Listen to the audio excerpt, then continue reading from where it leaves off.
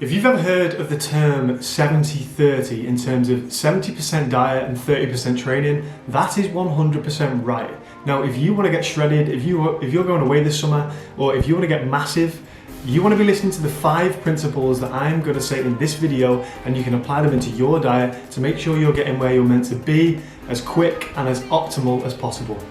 But firstly, I thought I'd just come and say that the order that I'm going to say these in is in the order of importance. So principle number 1 is going to be the most important, followed by number 2, 3, 4, and 5. Now, this is because I always see people with focusing on the specifics and focusing on like the nitty-gritty bits, like I need to have my protein shake post-workout, I need to have the latest protein, I need to be taking my creatine, I need to be taking my pre-workout to progress, I need to be doing all these things.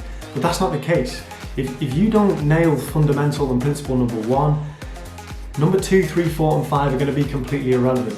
Now, if we think of this in terms of pyramid, principle number 1 is going to be the base. You need good fundamentals, you need a good base and foundations so you can build upon.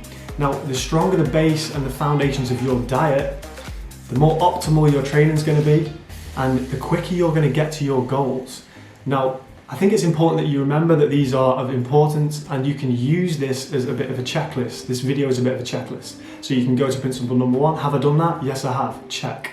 Number 2, have I done that? Check. Number 3, 4, 5. And that's how you're going to set yourself up in the best possible way to progress. So, principle number 1 is going to be all about energy balance.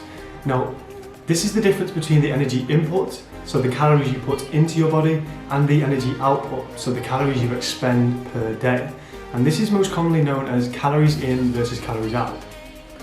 Now, you might have heard the terms calorie deficit and calorie surplus, and all these are talking about is a positive or a negative energy balance. So a difference between the calories you're putting in your body and the calories you're expending each day. Now, these are really important because these are going to be what are going to set you up in the best position to build and attain your goals.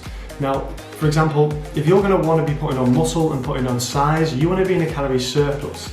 And this is where you're consuming more than you expend. Now, this is because you have excess energy to train hard and excess energy within your body to rest and recover and build muscle. Now, if you're going to be wanting to lose weight and lose fat, you want to be in a calorie deficit. This is where you're consuming less than you expend. And this is because you starve your body and you're forcing your body to make energy from elsewhere. Now, because you're not providing it through the diet, your body has to take fat stores, turn them into energy, therefore you lose weight. Now, just to make this a little easier to understand, when they're talking about calories in, they're talking about all the food and drink you eat in one day. That's the amount of calories you take in. When they're talking about calories out, they're talking about the calories expended through physical activity and your BMR. This is your basal metabolic rate. And this is the calories burned within your body involuntarily. So things like talking, sleeping, eating, all these things that you don't think that burn calories, like the inner functionings of your organs and things like that. They actually burn more calories than you think. So if you add together your BMR and your physical activity level, this will give you an amount of calories that you burn each day. And this is your total daily energy expenditure, or what's more commonly known as TDEE. Now, if you're going to be eating less than this TDEE, this is a negative energy balance. This is where you're in a calorie deficit. This means you're going to lose weight because your body's going to have to make energy from elsewhere. Now, if you want to be gaining weight or gaining muscle in the gym, you want to be eating in a calorie surplus, so you're eating more than your total daily energy expenditure. Now, the rate at which you will lose weight or gain weight will be dependent upon the size of the deficit or the size of the surplus. For example, if you're eating 200 calories in a surplus, you're going to gain weight very, very slowly. However, if you're eating a 500 calorie surplus, you're going to gain weight twice as quick. This is why this step is so important, because if you're wanting to lose weight and you're in a calorie surplus, so you're eating more than your total daily energy expenditure, you're going to be putting on weight. So it's the complete other way around. And if you're going to be wanting to put on weight and put on muscle and size in the gym when you're lifting, and you're eating in a calorie deficit, how are you going to do that? How are you going to have the excess energy and excess nutrients within your body to fuel you for them sessions and put that size onto your body? Because it's just not going to work. Principle number 2 is going to be talking all about macronutrients.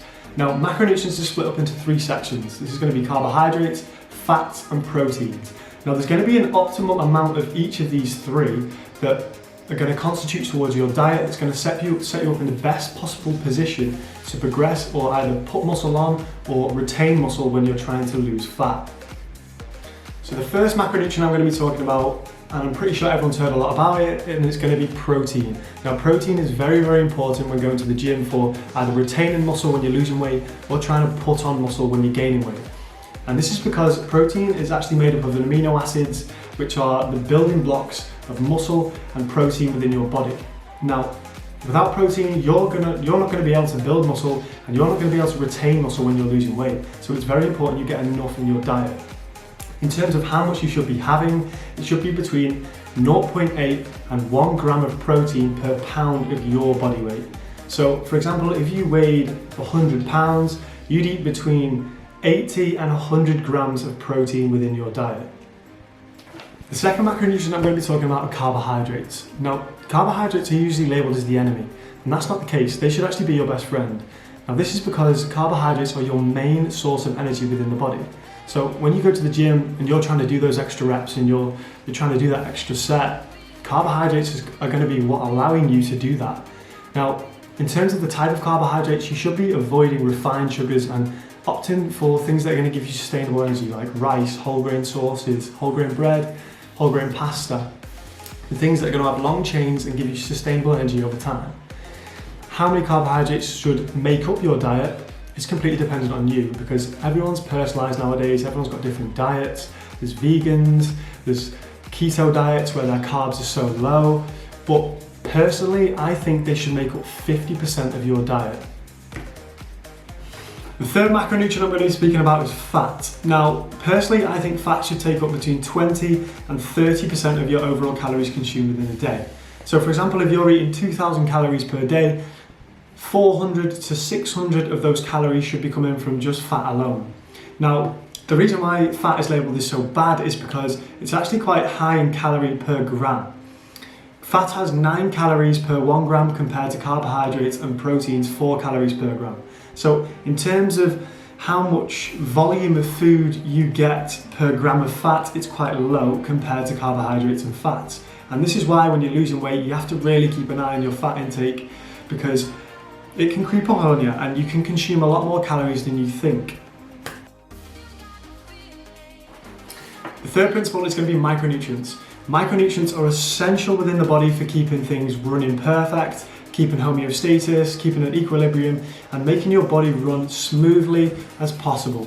If you think of it like a car needs like the steering wheel, it needs the gearbox, it needs the drive shaft, it needs the wheels, it needs all the nuts and cogs and gears for it to work at its best. And if it's missing a few of those, it's not really going to work at its best. And that's just like our body. If we're missing a few vitamins and minerals, we're not going to be able to work at our best, and this isn't going to set us up in the best possible position to build muscle or lose fat. Principle number 4 is nutrient timing. Now, nutrient timing is literally what it says on the tin. It's how you spread your nutrients out throughout the day and how you time them to make you progress and set you up in the best possible position to reach your goals. Now, I could talk about nutrient timing all day. I love talking about it, and I'm actually going to do a separate video on that. However, I'm going to talk about the two most important there are, which is your pre-workout and your post-workout nutrition. The first one I'm going to be talking about is pre-workout nutrition. Now, pre-workout nutrition can actually dictate how your session is going to go, because it's going to fuel you for your session ahead.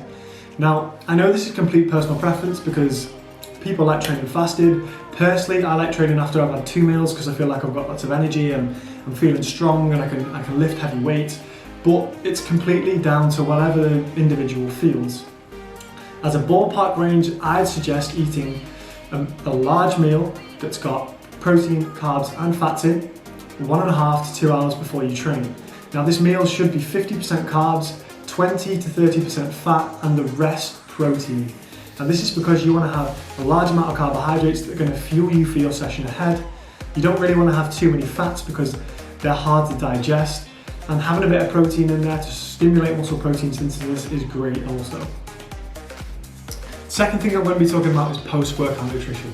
Now, post-workout nutrition is great because it's going to be after your workout, and your workout is obviously going to stimulate muscle protein synthesis, and your body is going to be ready to repair itself and grow. Now, in terms of what you should be eating, you should be having a good chunk of protein that's digestible, that can be shuttled to your muscles, and you should also be having some carbohydrates that are going to replenish the glycogen stores within the muscles that you've used. Then you are ready to go for next time. And last but not least is supplements. Now, supplements are great. Yes, they're proven to work. I take them myself, and I know lots of other people that take them. Common ones like protein, creatine, L-carnitine, glutamine, all these things, yes, they're going to work. However, if you can get things in your diet without taking them, that's the best way possible. Supplements should be used as what they're called, as a supplement. They should be there to supplement your diet, not to replace things in your diet. Now, like I said, these do work. However, they work best when you've nailed the 4 principles below this. So if you nail your macronutrients, you nail your energy balance, you're nailing your nutrient timing and your micronutrients, then your supplements are going to work to the best of their ability.